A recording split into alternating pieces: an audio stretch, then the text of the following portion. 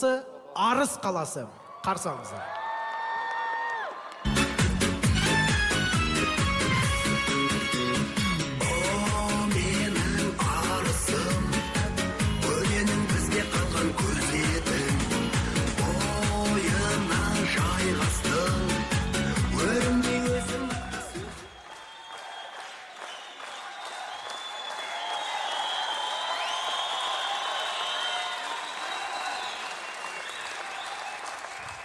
Қалайсыңдар?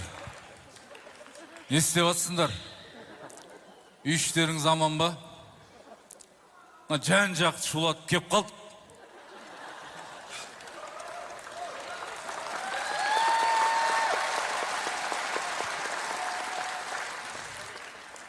Мына елордамыз Нұрсұлтан болғалы бірінші рет келдік. Не істейміз, жігіттер? Бедек